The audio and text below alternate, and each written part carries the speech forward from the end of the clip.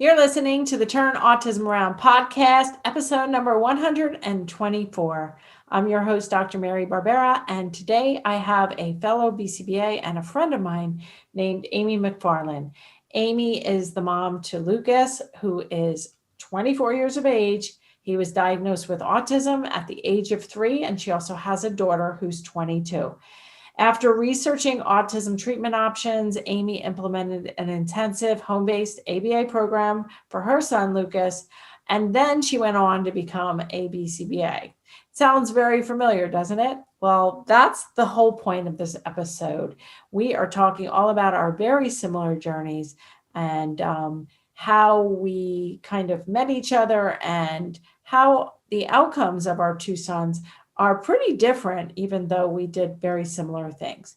Amy also, because she became a BCBA, she also was the founder and owner of Novel Responses, an ABA provider in Michigan. We talked very briefly about that, but also her perspective as a BCBA and some advice that she would give to parents just starting the journey. So let's get to this really great interview with Amy McFarland.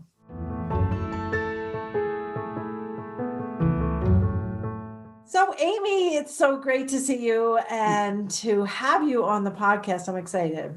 I am excited. Thanks for having me.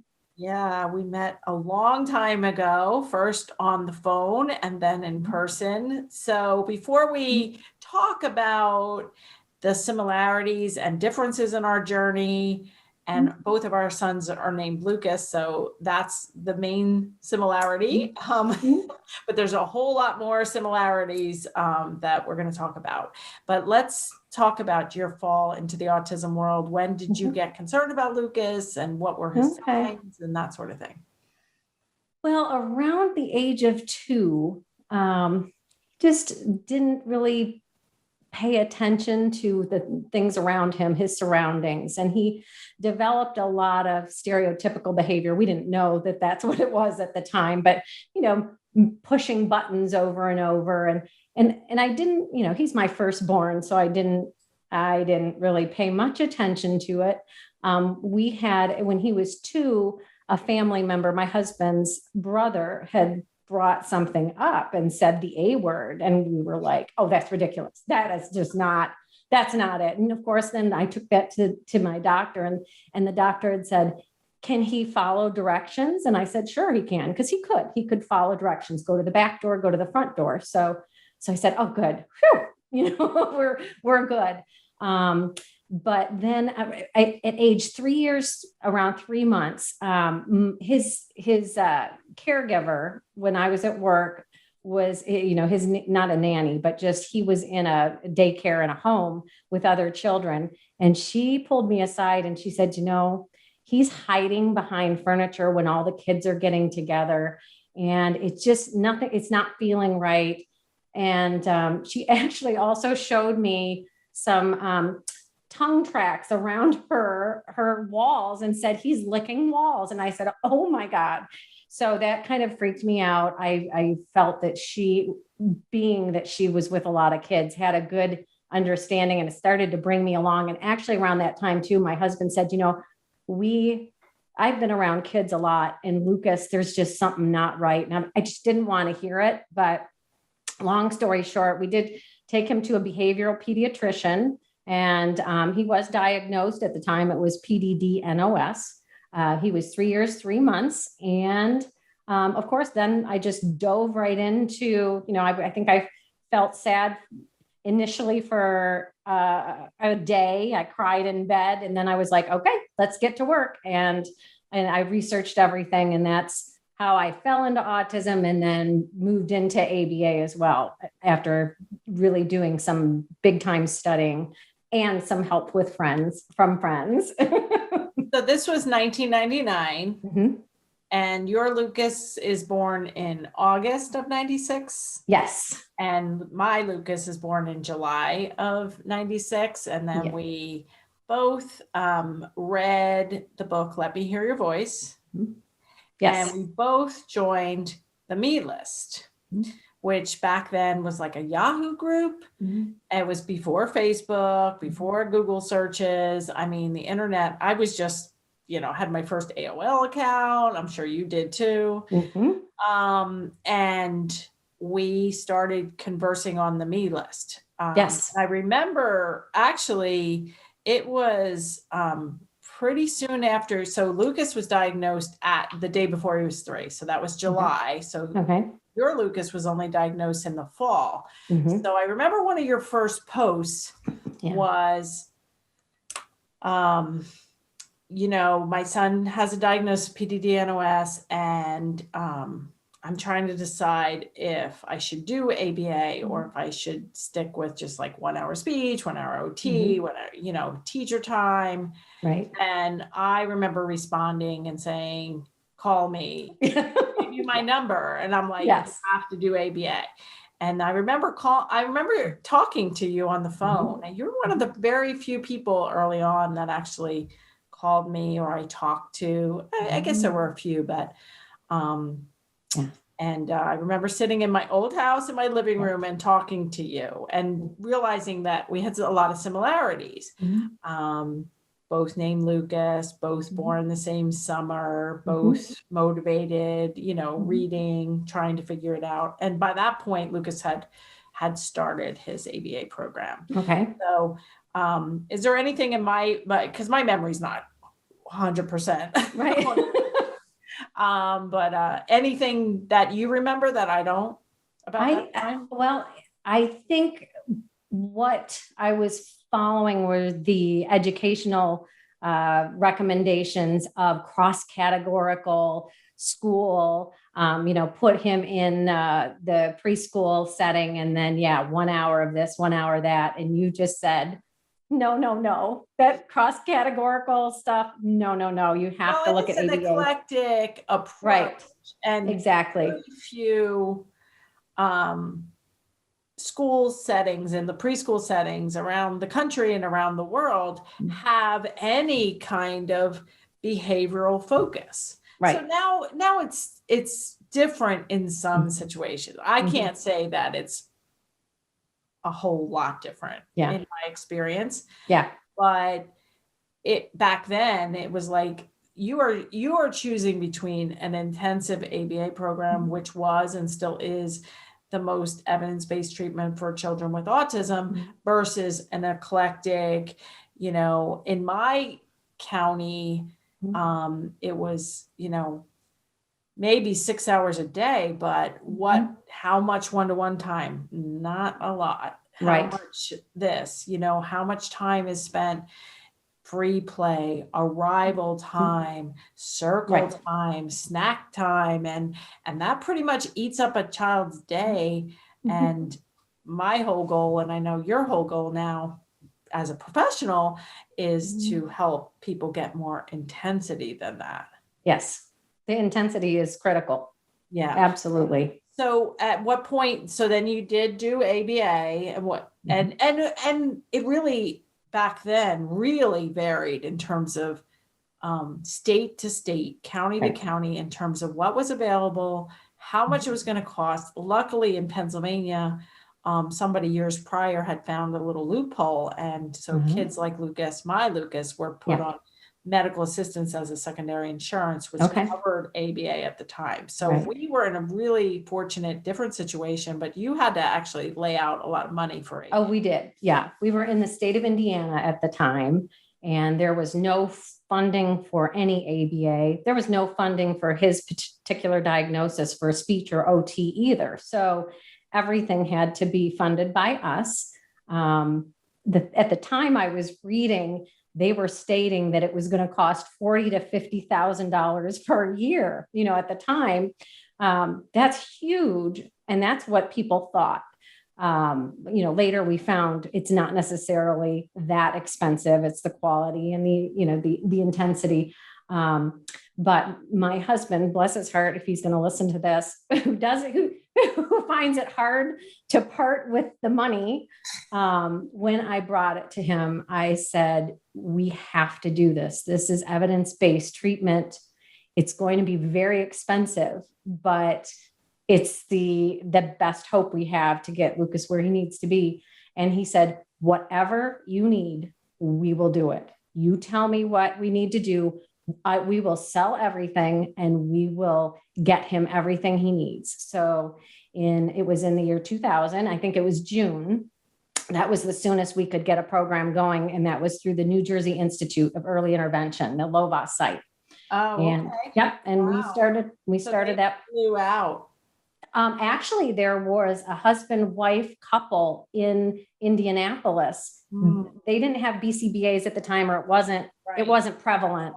But they were consultants for the New Jersey Institute. They happened to live in Indiana. So we had one of those as our consultant, and she came once every 6 weeks and helped us put the program together. And we did a very intensive 35, 40-hour a week program.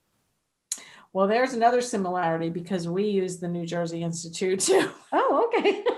And our consultant drove in from Pittsburgh. Okay. And she saw 2 boys the same days. Yeah. And she would drive in once a month and that sort of thing. So, but then we lost touch. So it took you. So he was 3 years, 3 months, that's the fall. And it took you all the way till June to actually get a program together, start paying for it. And, he's approaching 4. Yeah. And I just was listening to a webinar last night with a panel of researchers, and Ami Klin, who I talk about in the first chapter of my new book, Turn Autism Around. Dr. Ami Klin has been a researcher for like 4 decades. And he gave another quote, and I think it's in my book, but it's not like as clear as I heard it last night. But he said, from the time of the initial concern to treatment is an average of 3.5 years. Yeah. Which, so while it sounds like, oh my God, you had to wait all the way till June, the initial concern was outlined by your brother-in-law. Right. At 2. Yep. Maybe 2.5, something like that. And you got services before 4, right? Which the average age is 4.5 to 5. And that's average. So half the kids are getting treatment after that. And so it's really, it's really a problem. And it's the reason I wrote my new book, because, parents are floundering. The wait lists, now we add COVID to the mix. There's so much more autism. Back when our Lucases were diagnosed, it was 1 in 500. Now it's 1 in 50. Plus, it doesn't matter if it's going to turn out to be autism, if it's speech delays, if it's licking walls. And actually, there's a story in my book about somebody that licked walls of a daycare, and you think like, oh, I'm putting them in daycare for some socialization. And then without support, it's just like the kid could be in the corner, could be licking walls. And it's just a really confusing time. So was that a hard time when you knew he had autism and waiting help? I have a daughter as well. And at the time she was around 2, a toddler. And I kind of went crazy, but I had scripted out every day for both of them until he got his therapy, keeping him busy and doing activities as much as I could do. What I didn't want him sitting in the corner, and maybe it made me feel better that I was attempting something, at least until we could get the ABA in place. But I had both of my kids on a very strict schedule of activities. I would not let them sit around. Well, once in a while, I'd let them watch Blue's Clues or whatever, and then I'd get right back to it. It's kind of, I look at it, I have it down in the basement. I actually, every 10 minutes, I think I had 10-minute time blocks of things that we were going to do. And my husband also stepped in and did a lot of taking him out into the neighborhood. There were lots of kids in the neighborhood. So that was really key too. So we kept them busy. Yeah. Which Temple Grandin, who wrote the foreword for my book, she's in her mid-70s. And she was starting to show symptoms and diagnosed with something around 2.5. And her mom hired a nanny, and she was just kept busy. Right. And, Temple, I interviewed her for one of the podcasts. We can link it in the show notes. And, we talked about like, how these kids cannot just sit on screens for hours on end, or it's gonna get much worse. Right. So 2 questions. How far apart are Lucas and your daughter? 21 months. Yeah. So my kids are 18 months. So there's another similarity. I mean, by a couple months off. Yep. And then I know the answer to this, but did you have an education background? An education background? No. So what was your background? Did you have to quit your job to keep them engaged, or like how did that all? Yes. Okay. I was working part-time at the time. I quit that immediately to manage the program when I realized that it was going to be a full-time job to work with both of them, but to give Lucas you only have one chance. And so, yeah, I have a master's in business administration. Basically it was great training for actually running a home-based program. 35, 40 hours a week. I was able to use my skills to hire people, pay people, put schedules together. I kind of was in my element. And of course I scheduled myself into his time blocks as well, which was just a joy to see him actually responding and doing things. But it was right up my alley as far as being able to work that hard. And then when the progress hit, I was in love. I was in love with the whole ABA behavioral concept. So yeah. And another similarity, I feel like we should be writing these down. There's going to be 100 similarities. Oh yeah. So when I had Lucas, when he started showing delays, I had a master's in nursing administration. So I managed 24-hour nursing units. That's what my job was right before I left to have my kids. And so, yeah, it just made total sense. Like, okay, you assess, you plan, you treat, you evaluate, you use data, you graph data if they have you graph data. The other thing is my consultant said, you need, in my experience working with kids, she said, you need to schedule 3 to 5 hours a week where it's you being the therapist. Yes. So I got a babysitter for Spencer and I scheduled it in. And that I think was key. Because we had a full 40-hour week program, actually. Yeah. Fully funded, which was amazing, which doesn't happen anymore. But he would go to his little preschool that he went to by himself when he was 2. He would actually go with one of the ABA therapists so we could work on coordinating all that. So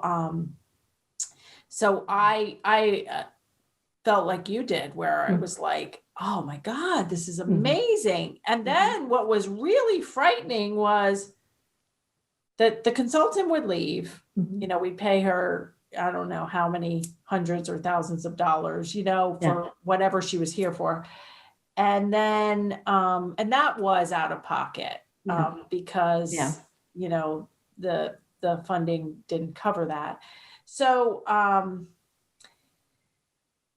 but then she would leave and then she wouldn't come back for a month. Right. And it was like, my husband's like, okay, she comes and then we pay her money and then she leaves and you have like 40 hours of work to do, like to get new materials, to do the program, to train the 3 therapists. I mean, they're there, but you're like now kind of the lead in everything. Yep. And then, okay, so then we lost touch. Yeah. And did Lucas, when he started ABA, did he make a lot of progress, like leaps and bounds? He did. He made a lot of progress. It was almost like just trying to get his attention. Once we were able to get his attention, then it was like the lights went on. He really took off, gained a lot of skills very quickly, and maintained them. And it was wonderful. Yeah. And then we finally met in person we lost touch. I forgot about you all. I obviously still remember talking to you in my living room, but the me list kind of went defunct. Yeah. And nobody was approving messages, and it just died a natural death. And in 2004, I was speaking at my first ABAI conference in Boston, and you asked somebody, which one is Mary Barbera? And somebody pointed me out, and you came up and you're like, I don't know if you remember me, but I had Lucas. And turns out in the meantime, we both became board certified behavior analysts, and your mentor was Dr. Carl Sundberg, and my mentor for my BCBA is Dr. Rick Cabina, but I had a lot of training and influence from Dr. Mark Sundberg, who's Carl's brother. And so we were both not only BCBAs, but we were like in the verbal behavior world full out. And I remember like thinking that is so bizarre because we've been running parallel lives here. Yeah. And one of the reasons I wanted to have you on is because you can do all the right things and keep your child engaged and get the best of the best. And, and things can work out, very differently, but you can still have a happy life. So you're Lucas, and you actually moved states to get your kids into like a charter school where it would be a better fit for Lucas. Yep. Yes. And then now you're in Michigan, and Lucas did very well. And let's talk about like, did he have real hard transitions? Like, was high school tough? And I know he went to college. Like, can you kind of just different talk about that? Yeah, different stages. When we came up to Kalamazoo and went to Oakland Academy, it was a situation in which there was like one teacher for every 10 students. And they were very open to me coming in and saying, if you pre-teach Lucas this, he'll pay attention here. They were very, very good about taking my recommendations and my suggestions and what works for Lucas and implementing them. And he thrived. He was in Oakland Academy. It was only good through till 6th grade. Then, so he was making friends. He was making great gains. The teachers loved him. He's quite a neat fellow. But then came, well, what are we going to do for middle school? Because this wonderful charter school only goes to 6th grade. And the middle school that he should have gone to was going to be massive as far as number of students. And it was like 3 floors of a building. And I said, oh gosh, I did not think he was ready for that. So my husband and I sought to pull him out, put him in a different school, a different setting.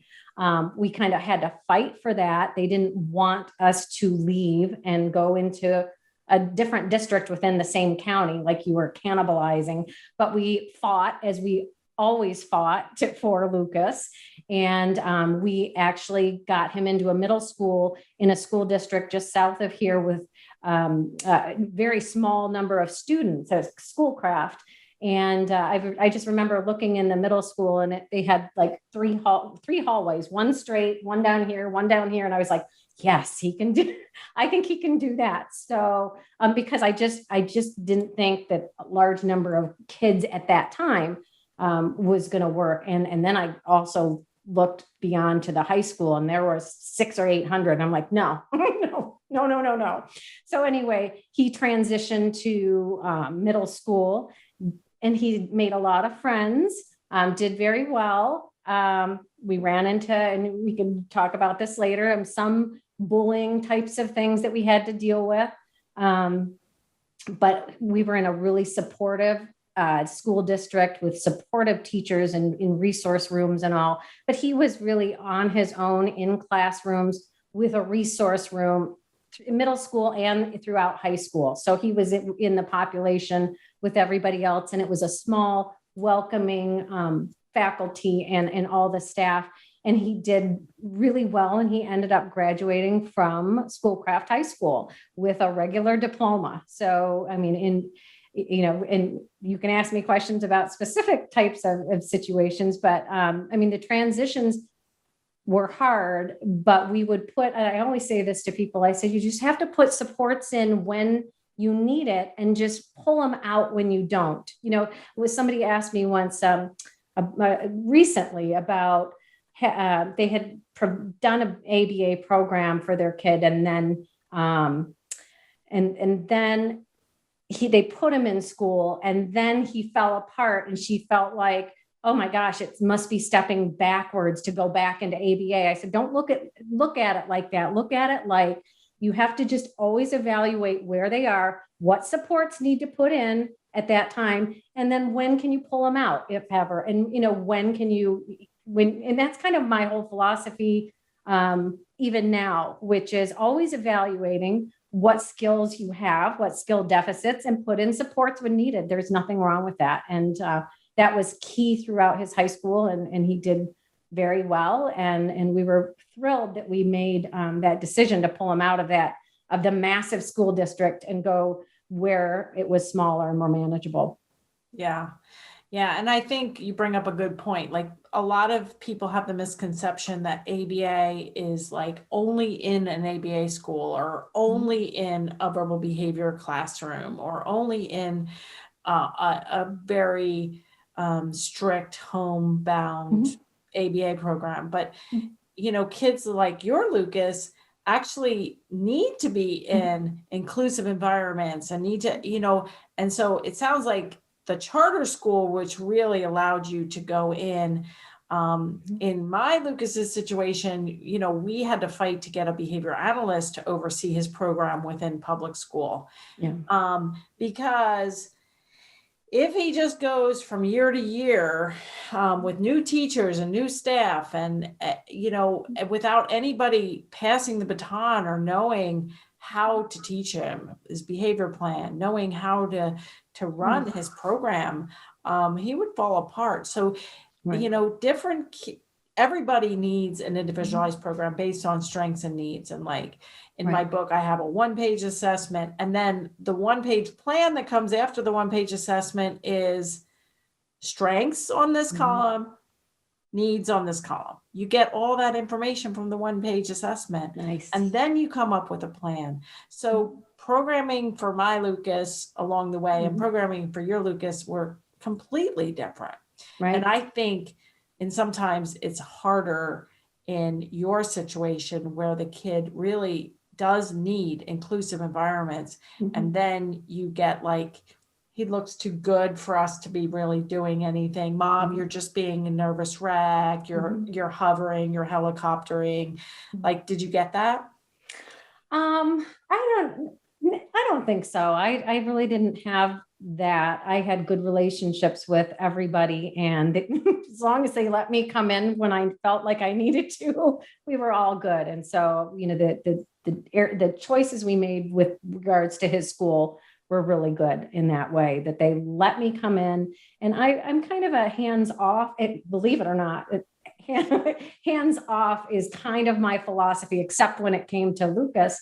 So I wasn't overbearing. I just check in, make sure things are going well. And I think one of the things too, I want to bring up at this time was Lucas was doing really good socially. He's like this anathema, like socially all he wants to do is be around friends and all of that. And I struggled sometimes because I would get feedback from teachers and they'd say, oh my gosh, he has so many friends. They love him.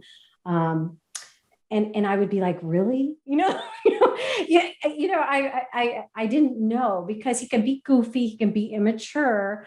I never really knew if socially he was really in there. So when I get teachers that say, oh my gosh, he has so many friends and all that, I'm like, really? Are they really friends? And that was just one of my high functioning kiddo struggles. Trying to make sure. Did you tell him he had autism, and did he disclose that? Does he now? We told him when he was 10 years old, we didn't know, at first, when you first starting the program, you're going to be one of those parents where you're going to, kids not going to be distinguishable, right? And never have to tell them. I read a book by a kid with Asperger's named Luke Jackson. Do you remember Freaks, Geeks, and Asperger's Syndrome? Oh my Well, gosh. link that in the show notes. So the name of the book is Freaks, Geeks, and Asperger Syndrome Okay. by Luke Jackson. And I read that, and he was Asperger's kid, had some siblings that were on the autism spectrum, some that weren't. And it's a great, funny book. And in the back, he has all these idioms, which reminded me of Lucas. Like, why do you say that? It doesn't make any sense, but I'll get to that later. But one of the things in that book that he said was he always felt that he was different and he didn't know why. And it bothered him and he couldn't figure it out. He said the best day of his life was when his mother told him about his diagnosis, because he was like, well, no wonder, and that hit me like that too. It was like, I don't want my son to run around thinking there's something wrong with me and not realize that he had a diagnosis, so it was very emotional. It was a great story. He was 10. Holly was at the table and Scott and I were talking to him. And I mean, we even got teary, I think. We basically, the message was, you have great strengths and skills. The diagnosis of autism, though, you have some deficits, some things that are harder for you, and I swear I had tears, and we are going to be there for you no matter what. You can always come to us. And, and we went on, and we said, at the end, Lucas, do you have any questions? He's like, yeah, can I get up now? Here I'm bawling, it's all emotional and everything like that. But I mean, so he knew, and he didn't talk about it a whole lot, but I wanted him to know that he could always talk to us about it and ask for help if he needs it, and that there was no shame in it, but that sometimes he would see things differently than his friends, and that was okay. And yeah, so he doesn't always, he doesn't talk about it with people as far as labeling himself, but he doesn't care that people know. So yeah. And you did ask him about being on the podcast, and he was fine with it. Yes, I sure did. So, and I'm Facebook friends with him, and he really does seem very social. And so I know he drives, he lives alone, but he did transition to, was it a college program, or can you describe that? Yes. Okay. So Lucas graduated, and then he took a year at home to kind of decide what he wanted to do. We wanted to get him to work. He got a job at the Kalamazoo Growlers. It's a local baseball field. And he was at the concession stand. Great first job. Wasn't yet ready for that. We did have a community college, so he started taking courses there. But his lifelong dream was to go up to Central Michigan University in Mount Pleasant, which is 2 hours, 15 minutes from here. My father taught there for 35 years. I got my master's there. My daughter, Holly, was going to go there. So he always wanted to go there. I knew, and my husband knew, that it was going to be very rigorous academically. We would try to tell him, this is not like high school. This is going to be, 5 classes. And he's like, oh, I'm going to go. I'm going to go. And so I said, okay, we're going to let you experience this dream, which was really hard, him being 2 hours away, but my parents were still there. My best friend was there. Holly was there, my daughter. So I felt good letting him go and experience it. I wasn't going to kill his dreams, but he got a dorm. He had a friend from school, from his high school, that was his roommate. So that was good. But, and I kept telling him, we got him signed up for the tutoring at the university, the special education, he can access that. So I was telling him, go to the tutors, you get this, with your designation. But I don't think he did. But I got a call midterms, and he said, Mom, can I come home? He said, this is just hard. And I said, absolutely, you can come home. I said, but you need to finish out the semester. I said, if you need to drop a class, that's fine. He did drop a class. I still to this day don't know what grades, if any, he got, but I made him stay and do the best he could. And then he came home after that semester and went back to the community college, which is just 5 miles from here. He ended up getting coaching certificate from the community college. He didn't get the associates or anything like that, but the academic stuff isn't his strength. What is his strength is working, being on time, never missing. Like he would never miss a class, never miss work. And to this day, he could tell you right now, he's working in a factory. He's like, he'll say, it's my 620th day. He never misses. So while the academics of higher education were too rigorous and not in his wheelhouse, he's found a niche. And not only has he found that niche, he also loves sports and he does a sports podcast. So he has lots of dreams and all of that. But he did get to one semester at his college that he really wanted to attend. And I'm glad he got to do it. Yeah, that's great. That's great. Mm-hmm. And I know even parents of kids, typically developing kids who might have a learning disability or might not be great at the academics, but play a sport or want to go to college for whatever reason. And it's like, it's so hard as parents to kind of just let them go and let them not do great and, learn kind of their path. So I admire you for, helping him to fulfill that dream and then helping him to say it's okay to kind of go in a little bit different direction. I mean, I know lots of kids who, they transfer colleges or drop out or, it doesn't make them bad or not smart. It's just, it's not for everybody.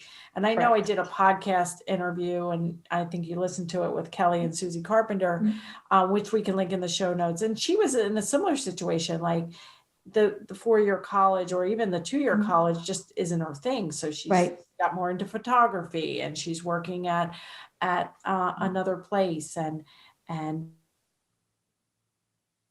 the journey is going to be different, even if, live on your own or drive. And how long was it till you had him drive? He was 17 when he started driving. So it was pretty close to the mark.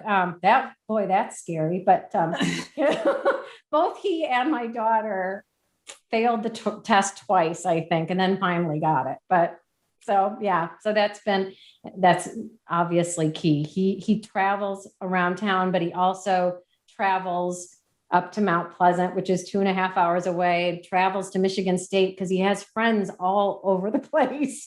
So he does this traveling on his own, and he jumps on a plane and can go, and he's visiting my sister in Dallas over Memorial Day. He said, Mom, he's making some money so he can spend it the way he wants. He says, I want to go see my cousins in Dallas, and he can hop right on a plane and get there. So it's neat. And he lives 5 miles away from you now. So you're able to help him and help him navigate and make sure he's doing his checks and doing his meals and that sort of thing. So what's still kind of concerning for you, or what are your worries now at this point for him? I think, and being the social kid that he is and social young adult, the things that young adults do these days, going to bars and going to parties on campus and all of that.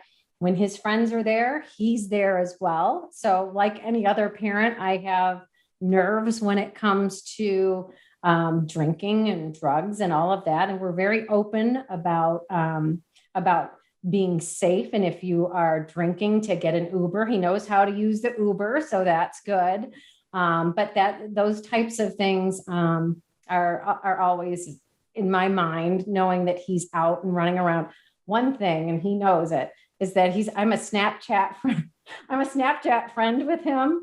And so he's got that location on, so I can pick up my phone at any time, even if he's gone up to Mount Pleasant, and find where he is. Heaven forbid that we ever lose Snapchat, because I love that. So that, those types of things, he just maybe being naive with regards to and people that he meets that he might think are friends and have good intentions. I worry that they might not, and they might take advantage of him and he might not know it. That's always been a concern. So we do our best to talk things through.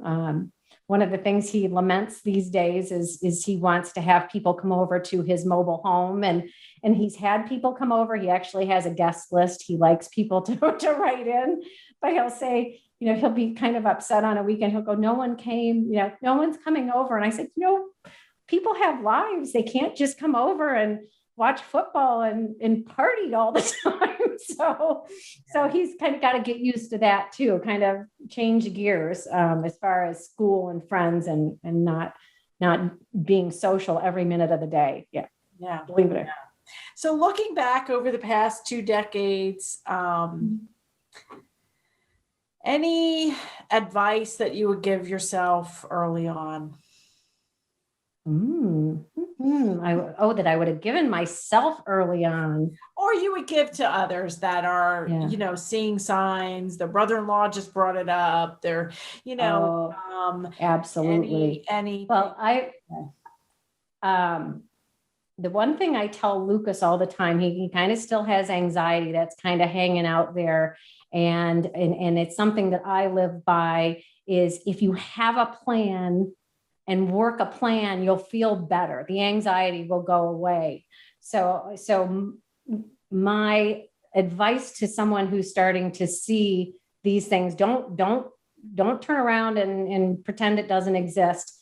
Get educated and then have a plan. And see, with your book and a plan to attack this, you seriously feel so much better. I mean, you don't know what the outcome is going to be, but if you wring your hands and woe is me, and you don't just dive in there and do the work and have a plan, you're not going to get anywhere, and your child's not going to get anywhere. So don't feel sorry for yourself. You can for a short while, but then pick yourself up, have a plan, expect that plans aren't always 100%. Now, it doesn't always work out the way that you think it's going to, but you'll feel so much better. And when you're empowered as a parent, it's so much better for your child as well. So don't be afraid to grab the bull by the horns. And if you don't know what to do, get your book, anything to just get going. You'll feel so much better and you'll get results, whether those be little results or they be great big results. It really is. Don't be afraid to the point and paralyzed that you don't do anything, because it's your child. And you don't know how the outcome is going to turn out, right. But whatever the outcome is, even if you have a child with severe brain damage, a severe genetic problem, they're in a vegetative state. I mean, just, you can still have a happy life. And you know what? Your child only has one life. You only have one life too. Right. And so you have to put one foot in front of the other and help your child make as much progress as possible, whatever that looks like in the future. You really have no control over. Right. I mean, it's just as easy that your son might have had, intellectual disability plus autism and need much more care like my Lucas. We both went in full tilt. I actually got started earlier. Mm-hmm. In the process, because I didn't have to wait for a whole program. I got it together,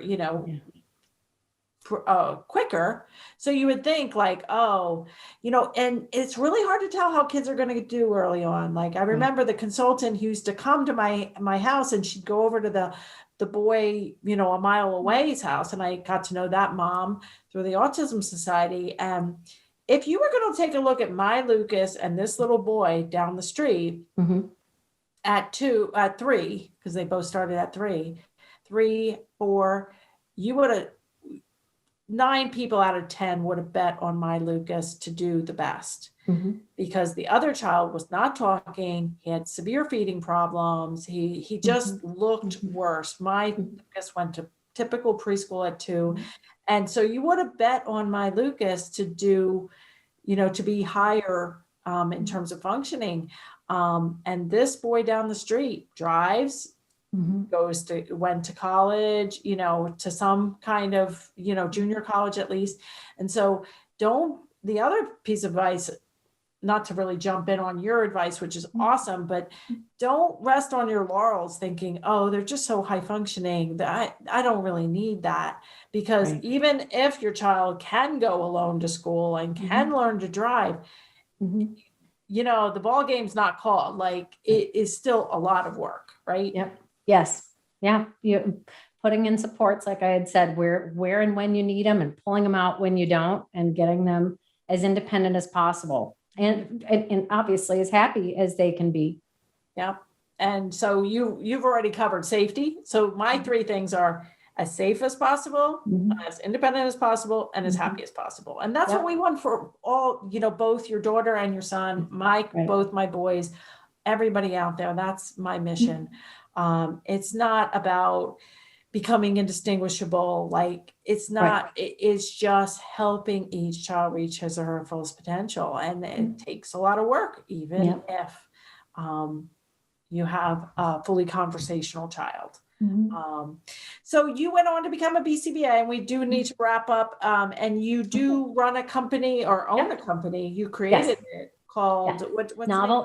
It's called Novel Responses. We provide ABA services it was mostly home-based setting until just this last year. And we've got 2 clinics as well, both in Ann Arbor is our main area. And we have a clinic in Kalamazoo as well. Nice.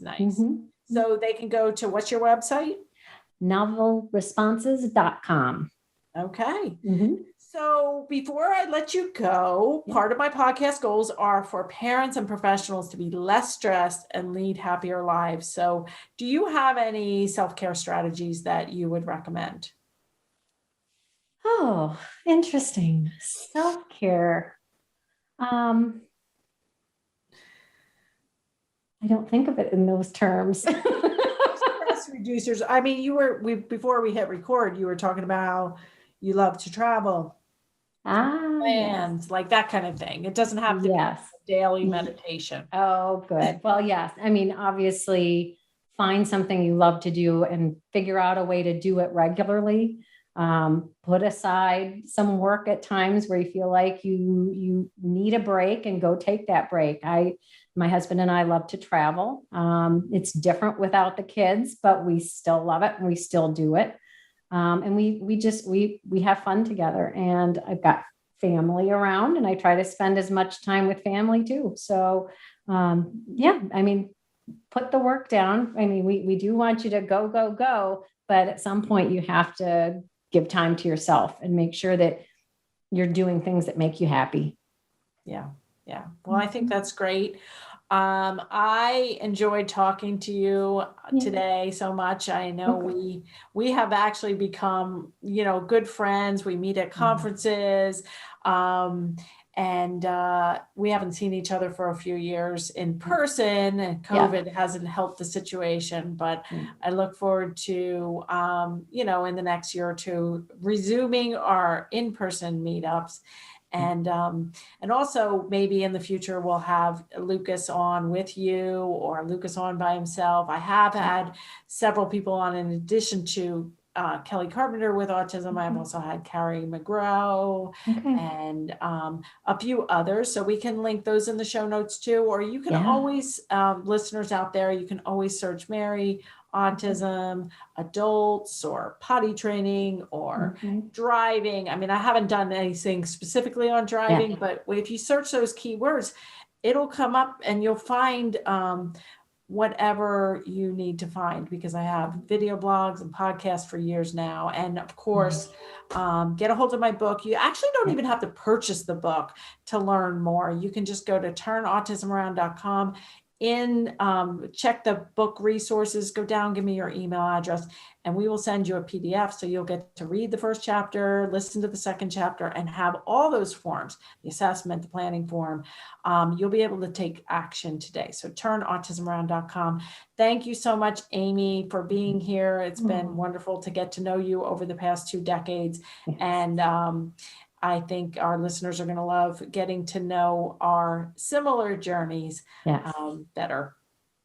Great. Thank you for having me. It's been fun and I miss you. I know. Okay, well, we'll catch up real soon in person. So, Okay. all right, and I'll catch you all who are listening next week. If you're a parent or early intervention professional working with young children with signs of autism, or if you're a parent or professional helping older children with moderate to severe autism, you'll definitely want to order my new Turn Autism Around book today. You'll get access to all the book resources that will help you right away. For all the details, go to turnautismaround.com.